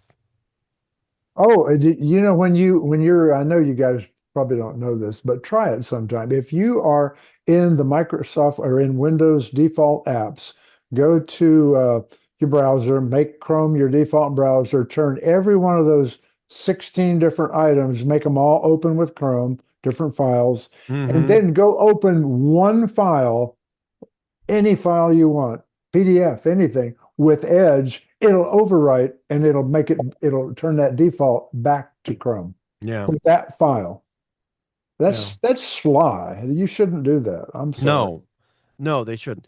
Like I said, I actually think that this is a bigger offensive situation than the original Internet Explorer antitrust case in the 90s. I think this is something that if somebody in the Justice Department actually got a hold of this and went anywhere with this, I It's think that too they little for that. well, So I think that they would I think that they would have a bigger case on their hands than the antitrust case in the 90s. But that's just and don't get us wrong, folks. I don't think any of us here dislike Microsoft. They have I'm given getting the close to it. world, well, yeah, they've given the world a lot. They really have. But it's They just their have way they're acting right now. the way that they're acting right now, the way that they are actually forcing companies and administrators to behave in order to be able to properly control their devices based on the IT policies that they've put in place, I think is excessive. I think it's abusive. And I think that they are, in fact, abusing their position in the marketplace, or trying to. Well, there's always the option to buy all other things. That's right. You Very don't have to true. buy But the then you have to Microsoft train stuff. your company, and then that's That's a expensive. thing. I know. And Well, that's but part of it's a what it's one-time expensive so thing. It's one time. yeah, For It's a what well, it's one-time worth, expense. we have converted 47 Windows 10 machines to Linux Mint in the last month and a half Nice. see, and in the that I pub think here. is And that I we're think says a talking lot. old people who don't know anything about Linux. They're taking it and running with it. It's Absolutely. Well, not hard to yeah. use, Yeah, but nice thing about Mint, A, it's free, and B, but it's so is most of the simple. software, and it does basically the same things the same ways. Yeah. Yep. So there you go. Well, Okay. and Yeah. games used to be not as accessible on Linux as they are now, but now you got Garuda Linux, you've got Proton, you got Steam Deck, which a lot of Yep. games, if a Yep. game is on Steam, it should run on a Steam Deck. It's a Agreed. Linux machine. Agreed. So, So it's getting to be a lot easier. A lot Yep. easier. Anyway, so I'm going to go ahead and I'm going to move us forward to our next story. Windows 11 is supposed to let you see fewer ads. Um, this is bullshit. something that I think is near and dear to my personal heart, in that I am sick and tired of opening up um, Windows and getting into whatever it is, and then having Windows show me recommendations that are really just nothing more than ads. They're glorified ads for either services or products that Microsoft has been, in fact, paid to pimp. But Um, in caveat, you don't see them on Windows Pro. You don't. not as much. I haven't found any. Not Maybe as much. they're And the reason why I say not as much is because you still open up either Chrome or Edge, and you get hey, That's not the OS, so yeah. yeah, And when but it's still patched, I Microsoft. still get when it's patched or Windows Update runs, I still see, gee, you want to use our backup service? Kind of crap Oh. messages. Yeah. So it hasn't completely gone away. So That's more sad. yeah. So the part of the problem here is that Microsoft is supposed to have done an update that is supposed to allow you to turn off some of these things. A lot of this is in settings under system and share. Nearby sharing is the culprit. Those settings, that settings page has been renamed to just share and you should now be able to toggle on or off suggestions in the share sheet so that you don't see, like I said, those app suggestions that are really nothing more than Microsoft trying to pimp a product or a service for either themselves or somebody else. It's not possible to turn off all of them, but you should be able to toggle off the things, like show me suggested apps in share surfaces. And this feature joins the start menu, whose redesigned variant finally lets you disable the recommendations section properly to have more space for your apps instead of one giant empty field of wasted screen space. Along those same lines, when was the last time y'all opened up your Microsoft account homepage? I was up there today. There's more ads on my Microsoft account home than there is information. Yeah. CoPilot that's this, absolutely true. Microsoft 365 this, do that, buy this. Yeah. It's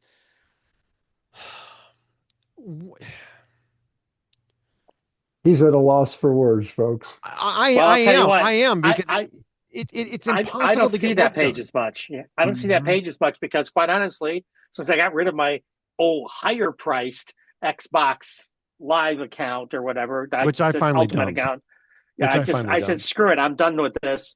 I don't go there anymore, and I'm about this far from buying, like Chris said, buying one of those $10 or $25 licenses and getting the hell out of Office. I'm about just to get off of 0365 altogether because I've had it. I've just had it. Well, the biggest problem with that is A, it's not cheap. B, those ads are intrusive. And C, I can do what I want with a perpetual license just as easily. My kids at school can do, my son at college can do just, everything that he wants or needs to do without the subscription. As long as there's no gotta have features added. As long as there's nothing like that, you're good to go. True. And let's be honest, generally that's true.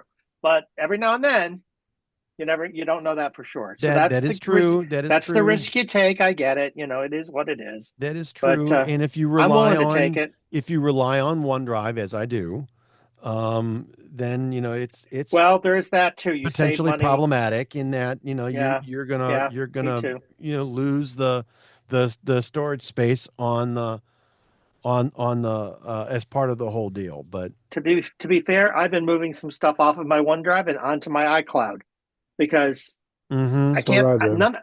None of them make me happy. I'll be honest with you. None of the three make me totally happy in any way, shape, or form. The big three, but Microsoft is pissing me off. I used to go there because they were everywhere. I could get it on any platform, anytime, and I like that. Yep. But they're pissing me off so much that it's getting to the point. Yeah, no, it's. I don't want that dependency anymore. It's getting to the point where I'm willing to take the other hits in order to get off of theirs. Yeah. Yeah. So, unfortunately. Yeah. So here we go, another, guys. And another thing that Microsoft did recently that I know is pissing off a lot of people. Yet another thing. So there used to be, Windows is an application that requires some level of activation. You have to say, hey, this is me. I'm installing Windows on this PC, and it is a genuine copy of Windows. I've paid for the licensing fee for this, so let's let it run, and so it doesn't cripple itself later on or refuse to boot or whatever. And all of this was done with activation servers over the internet. Usually, what happens is you start Windows for the first time. You go through all the setup stuff. Windows starts off not activated. It reaches out to the activation server and then turns itself on and activates the operating system, and you get all of your updates, et cetera, et cetera. But there were some instances and occasions where things did not work correctly, and no matter what you did, you couldn't get Windows to activate over the internet. Microsoft then provided you with the ability to call and act a phone service, Yep. and you would go Didn't have ahead to and have an email address, nothing. nothing. All you had to do was go ahead. You go to a special screen, you dial the number, and then you read off this huge, or use your keypad to type in the huge 16-digit code. Well, it wasn't necessarily a 16-digit code. In some cases, it was a group of Uh, about no, there were like, Alphanumerics. well, some of them were alphanumeric, but there was a large, long list. It was like a BitLocker code, right? Right, But it was right, all numbers that you'd right. type in those numbers on your phone, I remember. Yep. Yeah, the key, right? Yep. right? You'd type in these numbers on your phone, or you would speak them, and after a while, they would read you back a string of numbers and letters, and you would type this in, and Your after Windows that, worked. Windows would activate itself. Yep. It doesn't work that way anymore, folks. They stopped allowing the activation by phone. And you know what? This is all still, in my humble opinion, it's all part of their big push to have an email address tied to every person at a keyboard working on Windows. They do not want local accounts anymore. And it's all part of it's money. It's just You're money. So killing they me, can market Smalls. to you. So what they did, if you like Chris just said, if you're wondering about those official ways, the activation has been killed that let us do that. No longer can you use a phone and activate Windows. Nope. And they've taken away a couple more of those. The Yeah. only way left that you can activate Windows is you have to go in and use a Microsoft account, activate it as an admin, turn around, create another local admin account, and then kill that instance of the account tied to Windows. That's Yeah. the only way you can do it. And when you do that, though, you're going to give up your PC backup, all of that stuff that's tied to your account, gone. Yep. So they're just making it slam hard. Yep. Yeah, So it's horrible. It's absolutely horrible. Like I said, Microsoft is making it so hard. I mean, there were a number of people that I mean, it wasn't probably something that was used a lot. It was at one point manned by folks in call centers overseas. They've now changed. They had changed that phone service now to or previously changed it to an automated service that so they didn't have to have anybody do that. But now they've pulled this, activation by phone option completely. And so God knows I mean, you're going to have to activate your version of Windows, like you said, Larry, via a Microsoft account, or again, you're going to have to use buy a license, a perpetual license. if you have Windows Home, you have no choice. You are going to have to do it with an account. Yeah. Unless you're comfortable using something like Rufus or some other Sure. And tool right, to right, tweak right. your Windows installation so that it bypasses that crap. But yeah, and not everybody is.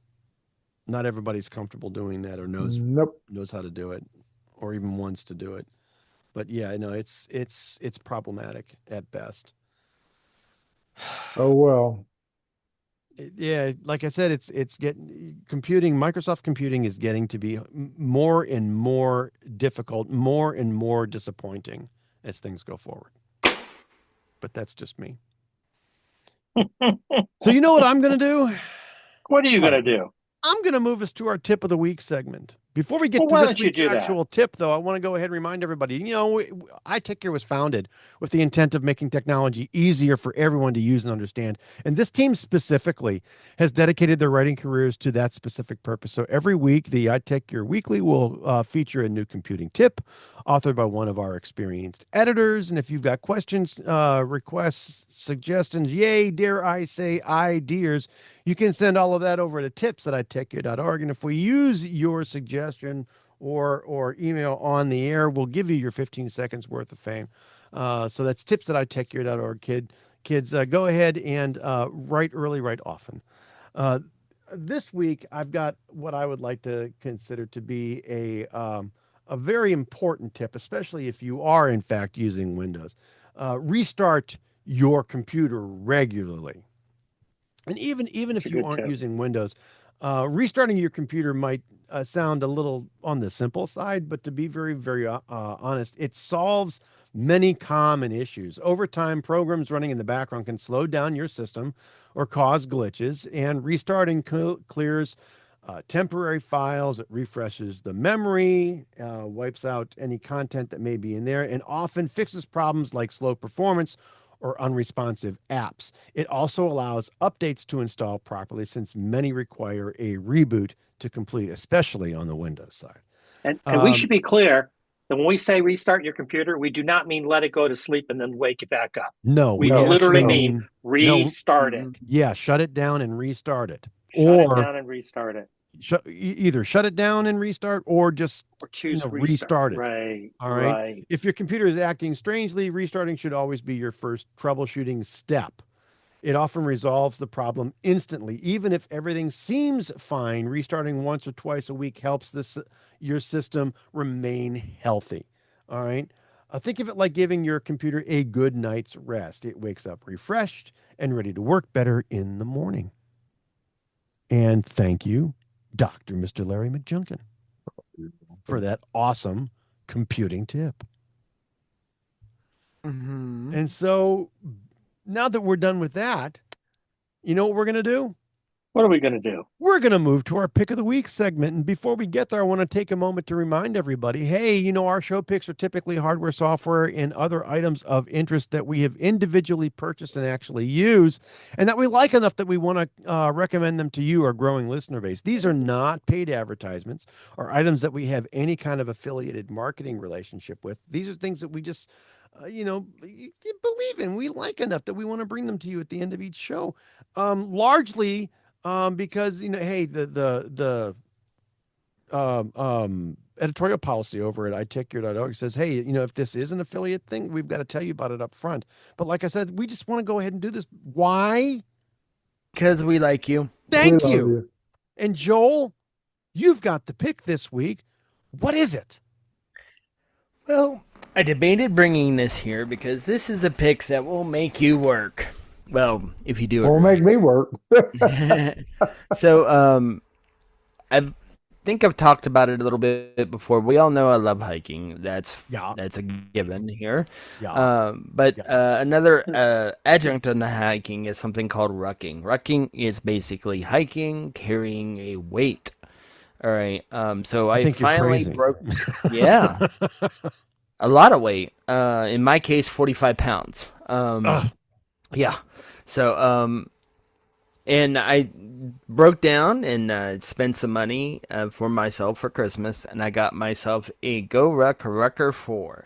One of the reasons I decided to bring you this here is because you can take the weight out and use it just as a regular old backpack if you want to. And you don't have to put in a heavy weight like I do. I've got a 45 pounder. This will hold 2 of the GoRuck plates.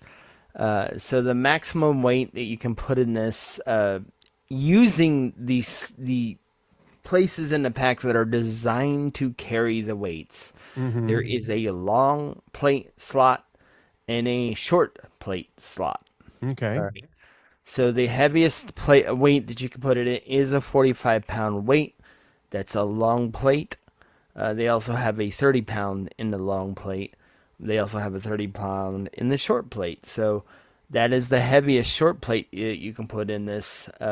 Is a 30 pounds. You can have up to 75 pounds of weight in this pack.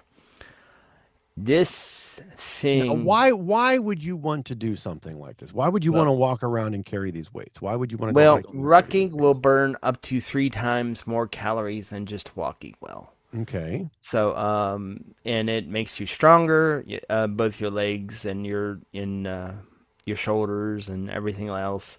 Mm-hmm. You know, so it's a hugely popular form of exercising. It was started by former military members. The company itself was GoRuck. But it's just a different way of walking, getting your steps in, and putting a little bit extra work in, and amping up things. So the things that are great about this pack, besides the ability to carry the plate, is it is made from, let's see, what's the fabric here? It's a denier, I believe, but it's heavy duty. It's 1000 or 1000D Yes. Cordura. So right? Good stuff. There are handles on every single side of this pack. So there's handles on the left, on the right, on the top, and on the bottom. Right. Now, these packs in and of themselves come in 20-liter, 25-liter, and 15-liter sizes. So these are actually big packs. Yep. Right. So if you wanted to double it as a backpack with these, Yes. you know, with those weight, those you can put the weights in it, and you can put things in it too, other than just the weight. Like, for example, 20 liters of beer if you want. well, you can put your jacket in it, or a water bottle or something. You know, the front of it has a pocket. Used to have a pocket on the front in the older versions. This one doesn't have a pocket, but does have a reflective thing on the front cover. And I actually have 2 of these because GoRuck is such a good company. There was a delay on my first one, so I reached out to them and they said, well, we think UPS lost it, so we'll send you a replacement. The day I got tracking for the replacement, I got updated tracking for the original. And then I contacted GoRuck support again, and I said, what do you want me to do when I get the replacement? And they said, oh, you can keep it. So which is nice. So Right. they did Great you customer the service. right way. Yeah. They did you the That's right way. right. But what's really cool about the slots for these plates? These Yes. are rectangular plates Yep. with a couple of handles on either end, Yep. right? That allow for easy insertion and removal. But there's those slots that these weights go in would make an absolutely awesome laptop and or tablet Exactly one of the places I was going with this. If you take the plate out, in fact, here's a thing. You could use this to carry your laptop through the airport, and then buy the plates you'd have issues getting those through security. Don't even try. Oh, the plates? Right. No. Those are checked items, and But what probably you in a can- bag by themselves. Right. You can either check the plates, or what you can do is they have sandruck plates, which are empty. All right. So then when you get to where you're going, you can go get some sand. There you go. $3 There you go. worth of sand will make a 10-pound plate. So it won't be as heavy as what you may be used to, but it's a good, and you can put more than one of those in it too. So and the sand rucks are only like 35. So, but the nice thing with this is it has MOLLE on the front. So if you're familiar at all with military MOLLE, so if anything that will mount to a pack with MOLLE on it will mount to this. If you get a hip belt, it's not included. It's an add-on. All right, unless you buy the 15-liter, which is usually the one the women buy. That includes the hip belt. Okay. But the hip belt will attach onto the side MOLLE. So I'm eventually, once they get in stock, I'm gonna buy one because a lot of folks will do, and I'm gonna start to try and do some exercises with the weight on it. Like, for example, push-ups with this or burpees when you're wearing this. Yeah. Which, burpees, everyone hates them, but, whatever. Yeah. It It's must be a pretty good company. I notice on Facebook, Yes. my youngest son follows them. Yeah. They are a very good company. Inside, the only zipper that it has on it is the one for the main compartment. They used to put zippers on the internal pockets, but because now they have a guaranteed repair deal called through Scars. So if for some reason something breaks on this thing, you can send it to them and they'll repair it. There you go. Okay. But because of that, though, because they repaired a lot of the old versions that had zippers on those internal pockets, those are all Velcro now, so those don't tear up. It's water resistant. It does have drain holes, so like if you're doing something in a ruck event where you're getting rained on, or you're going through a river or something, which some insane people do that stuff. Then the water will drain out. It's got a removable training sternum strap, which I don't remove it because I absolutely need it. It's very comfortable with the weight. I'm to the point now, I've used it enough with the 45-pound weight that I'm not even feeling it near as much as when I first started using it. And most ruck events, like there are organized events, like I'm going to be participating in the Arnold 5K Ruck at the Arnold Fitness Classic here in Columbus, Ohio.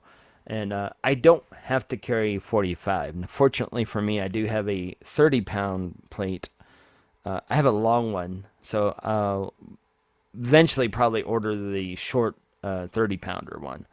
But I might try and get that done before the next one. The short ones are $89 for the plates. You can also buy the one I actually have, the 30-pound I have, isn't made by GoRuck, but it should fit it. I got it on Amazon. So and that plate was designed to fit the same form factor as the GoRuck plates. So technically I have two of these. I have the one with the white GoRuck logo, and I have what they call the blackout one, which is right now the only one in stock, which has the logo. It's the same color as the one with the white logo, but it has the logo in black. So so the bag in and of itself is $255 currently. Right? When I got it for $155. They had it reduced during the holidays. Okay, all right. So currently though, it's $255. Yep, and then I'd pay that. The plates start at $50 or $60 rather. Yep, $60 for the 10-pound, and then for the 45-pound, it's $125. Yep. And you can add it to the shipping with it. Yep. Unlike Apple, GoRuck is kind of nice in that they do this. They give you a sticker. Nice. So unlike Apple, they still give you stickers. But which is kind of cool. Whatever. I don't need. Killed another tree, Joe. Killed another tree. Yeah. I'm not sure that was a good thing. Well, if you see for an outdoor company, not a good thing. Yeah. Sorry. If you see the patch on the back of the plate pack, the GoRuck patch, that's the one I have. Yeah. But it's attached with Velcro. So in a lot of the events, they give you a patch when you complete the event. Instead of a medal, they'll give you a patch. So you can rip that one off, put that one on it.